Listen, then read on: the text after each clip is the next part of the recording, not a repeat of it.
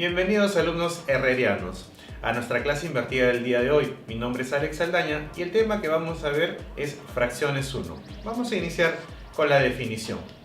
Recordemos, fracción es la representación de la división entre dos números enteros. Recordemos que tenemos n sobre d, n recibe el nombre de numerador y d el nombre de denominador.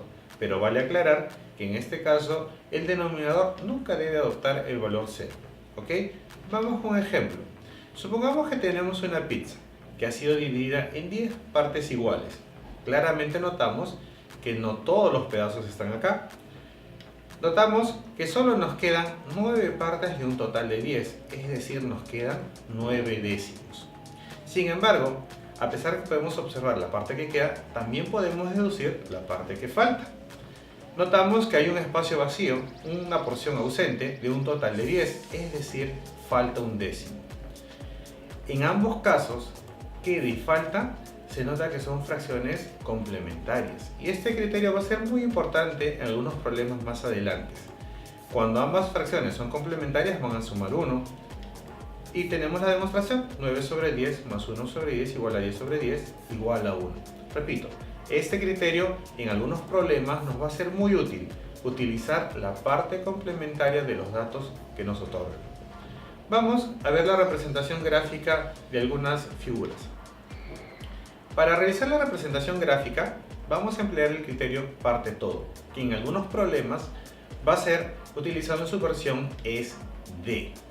En ambos casos, parte y es se va a referir a la parte que deseamos, a la parte que está sombreada, a la parte que está coloreada o a la parte que tiene una determinada característica, mientras que las palabras todo y de siempre se van a referir a la totalidad de la figura. Sin embargo, hay dos criterios importantes que no debemos olvidar. El primero y súper importante es que la figura siempre debe estar dividida en partes iguales. No una que sea más grande que la otra, sino exactamente en partes iguales. Y lo segundo es que debemos sumar las partes deseadas y colocarlas en el numerador. Vamos con un ejemplo. Representar el área sombreada de la siguiente figura. Paso 1. Debo preguntarme, ¿en esta figura las áreas están divididas en partes iguales? Claramente no. Y aquí consiste nuestra labor súper importante en la cual debemos darle la forma a la figura. Por ejemplo, podría apoyarme de unas líneas horizontales, como se muestra a continuación. Ahora sí la figura está dividida en partes iguales. El segundo paso es aplicar el criterio parte todo. En este caso, parte todo va a ser equivalente al área sombreada entre el área total, razón por la cual deberé contar cuántas partes están sombreadas, que será 1, 2, 3 y 4, y este número lo deberé colocar en el numerador. Mientras tanto, en el denominador, como se refiere al total de partes, deberé contar todas las partes, que suman 12. Luego de simplificar, esta fracción 4/12 será equivalente a 1/3. Conclusión del ejercicio, el área sombreada representa 1/3 del total de la figura inicial. Vamos con un segundo ejemplo. Representar el área sombreada de la siguiente figura. Paso 1. Nos preguntamos, ¿las áreas están divididas en partes iguales? Nuevamente notamos que no, y deberá depender de nosotros hacer la división correcta. Podemos empezar con hacer las diagonales principales, pero notamos que el área sombreada aún no guarda relación con las demás áreas, razón por la cual vamos a tener que trazar unas segundas líneas para darle la forma, tal como se muestra a continuación. Ahora sí notamos que todas las partes tienen la misma dimensión y podemos avanzar hacia el paso 2. El paso 2 que consiste en aplicar el criterio parte todo. En este ejemplo, el criterio parte todo también va a estar representado por el área sombreada entre el área total. Notamos que solo hay una sección sombreada, por lo tanto coloco solo el valor 1 en el numerador. Cuento el total de áreas y voy a notar que hay un total de 16, razón por la cual el área sombreada en la figura inicial representa un 16avo de esa figura. Vamos con un ejemplo adicional. Ejemplo número 3. Esta vez nos piden representar 1/4 de la siguiente figura. Lo primero que debemos hacer es, paso 1, recuerden, ¿las áreas están divididas todas en partes iguales? No. Deberá depender de nosotros nuevamente darle la forma adecuada. Podemos iniciar con trazar unas líneas iniciales, pero hemos dividido todo el área en 3 partes iguales y necesitamos que se divida en 4, razón por la cual podemos trazar unas líneas secundarias en cada una de las partes, como estas. Es decir, cada cuadrado ha sido dividido en 4 cuadraditos, con lo cual tenemos ya 12 partes, todas son iguales y podemos avanzar al siguiente paso. Aplicar el criterio parte todo. En este caso, el criterio parte todo, que se refiere al área sombreada entre el total, ya nos dicen que debe ser igual a 1/4. Entonces, si yo observo la figura, voy a notar que hay un total de 12 partes. La pregunta es, ¿cuántas partes deben estar sombreadas para que esta fracción sea equivalente a 1/4? Es una relación simple que podemos deducir y hallar el valor de x. Si resolvemos esa pequeña ecuación, podemos deducir que x vale 3.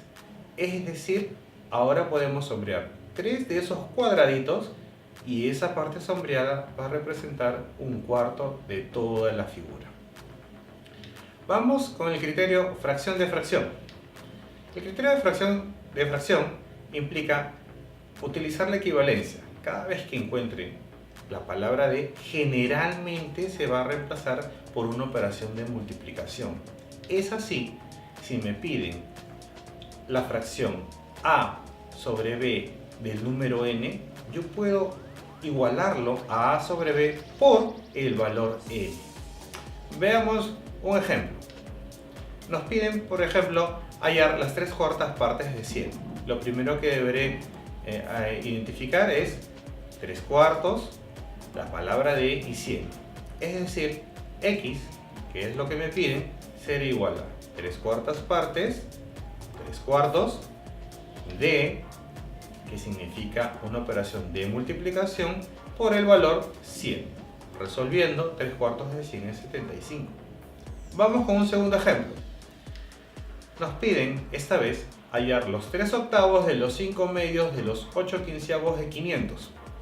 Es una secuencia de cadena, nada más. El valor x que necesitamos hallar será igual a los 3/8 de, que significa multiplicación, los 5/8, nuevamente de, que significa multiplicación, de los 8/15, de, que significa multiplicación, el valor 500. Con lo cual tengo una operación en la cual multiplico varias fracciones en la misma secuencia por el número que me dan como dato 500. Resolviendo, esto va a ser igual a 250. Es decir, los 3/8 de los 5 medios de los 8/15 de 500 es igual a la cantidad de 250. Recordar, en este tipo de problemas, siempre la palabra de, o casi siempre, va a representar una operación de multiplicación. Vamos con otro tipo de problemas, que ya son ejercicios de aplicación. Veamos el primer ejemplo. Primero, y acá en este tipo de problemas, cuando tenga que leer, siempre debo recordar la parte de razonamiento matemático que me dice hacer la transformación en literal a matemática. Es decir, voy a tener que leer cuidadosamente y transformar cada frase a una operación matemática. Vamos a empezar con esto. Leemos. De cierta cantidad de dinero se gasta la mitad y luego los 2/3 de lo que queda, resultando un saldo de 40 soles. ¿Cuánto tenía inicialmente? Acá la palabra clave va a ser gasta y queda. Primero identifico cuánto se gastó. Inicialmente se gastó 1/2. Seguidamente, ¿qué se gastó? Se gastó los 2/3. Entonces, si yo sé que en el primer momento se gastó 1/2, ¿cuánto queda? 1/2. En el segundo momento, si se gastó 2/3, recordarás que por complemento quedará 1/3. Con esta porción de fracciones en la parte que queda, yo podré plantear el problema. Podré decir que la cantidad que tenía inicialmente, si fuese x, por 1/2, por 1/3, será igual al dato que me dan, que es 40 soles. Hasta el momento lo que tengo ya es, he logrado plantear una ecuación de multiplicaciones y puedo despejar fácilmente x, que será igual a 40 por 2 por 3, que no es otra cosa que el valor de 240. Repito, en este tipo de problemas, recordarán, nos ha servido de mucho el criterio de complementariedad, que lo vimos inicialmente, cuando podíamos ver las partes que se gastan y por complemento podemos deducir las partes que quedan. Veamos un segundo ejemplo. ¿En cuánto es excedida la novena parte de los 6/5 de los 3/2 de 80 respecto a la tercera parte de los 4/5 de los 3/4 de 100? Trabalenguas, ¿verdad? Sí, pero acá primero, como buen cirujano, tenemos que identificar las palabras claves. En este caso la palabra clave es la palabra excedida, que va acompañada de la palabra respecto. Debemos recordar, cuando hablamos de exceso estamos hablando de dos cantidades, una que es más grande que la otra, es decir, una diferencia, A menos B, donde A será la cantidad que excede y B será la cantidad que es excedida. A continuación, debemos notar que después de la palabra excedida viene la oración, la novena parte de los 6/5 de los 3/2 de 80. Es decir, esa es la parte B porque es la que corresponde a la porción que es excedida. Por complementariedad, la parte restante, la tercera parte de los 4/5 de los 3/4 de 100 será la parte A, la parte que excede. Una vez identificado en el problema quién es A y quién es B, el resto ya es un desarrollo mucho más sencillo. El valor de A será igual. La tercera parte, 1/3. D, multiplicación. Los 4/5 de, otra vez multiplicación. Los 3/4 de, nuevamente multiplicación, 100. Es decir, si operamos, será equivalente a 20.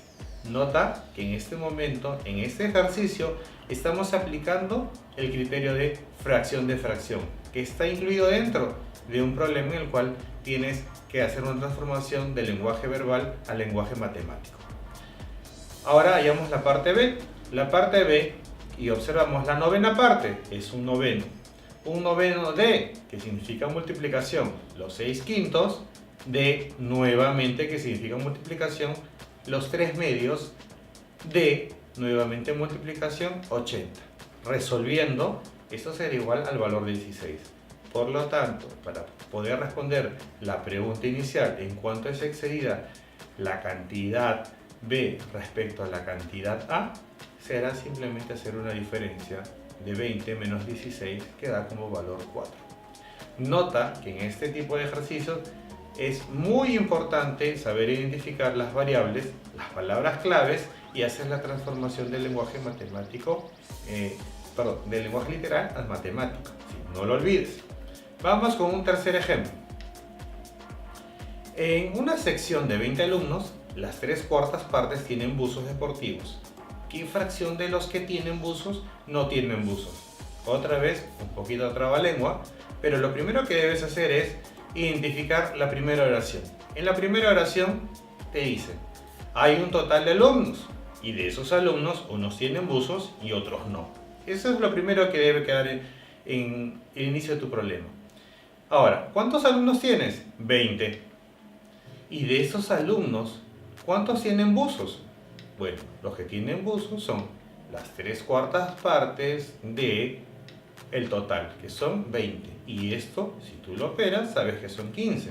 Entonces, si hay un total de 20 alumnos y 15 tienen buzos, ¿cuántos no tienen buzos? Exacto, son solo 5 alumnos. Ya analizamos la primera parte del enunciado, ahora vamos a analizar la pregunta. Nos dice, ¿qué fracción? Y esta es la palabra clave. ¿Qué fracción? Significa que tienes que analizar identificando un numerador y un denominador. ¿Quién será el numerador? ¿Quién es el denominador? En este caso, observemos qué sigue después de fracción. ¿Qué fracción de los que tienen buzos son los que no tienen buzos? Si te das cuenta, la palabra de y la coma están cumpliendo una función equivalente al criterio es de.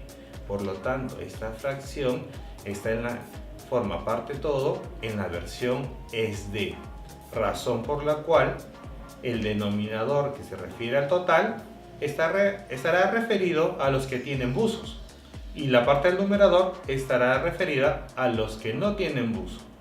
Una vez hecho esto, ya el cálculo cae por su propio peso. Será, ¿cuántos no tienen buzo? 5. ¿Cuántos tienen buzo? 15. Simplificando, sería igual a 1/3. Como podrás ver en este ejercicio, nuevamente ha sido importante diferenciar y transformar el lenguaje verbal al lenguaje matemático. Pero debemos ser cuidadosos en analizar oración y preguntas para poder diferenciar y lograr desmenuzar el problema. Bien, alumnos, como te has dado cuenta, el día de hoy, en el tema de fracciones, más allá de tener operaciones de sumas y restas tradicionales, ya vemos ejercicios de aplicación. Debemos recordar primero, en la parte gráfica, el criterio parte todo. Debemos recordar que hay que hacer una adecuada selección de frases, identificar el lenguaje verbal y transformarlo a matemáticas. Bien, alumnos, espero que haya sido de mucha utilidad estos tips que estamos dando en esta clase invertida. No olvides de mirar los demás videos de los profesores y no te olvides de darle like a este canal. Conmigo, hasta una próxima oportunidad.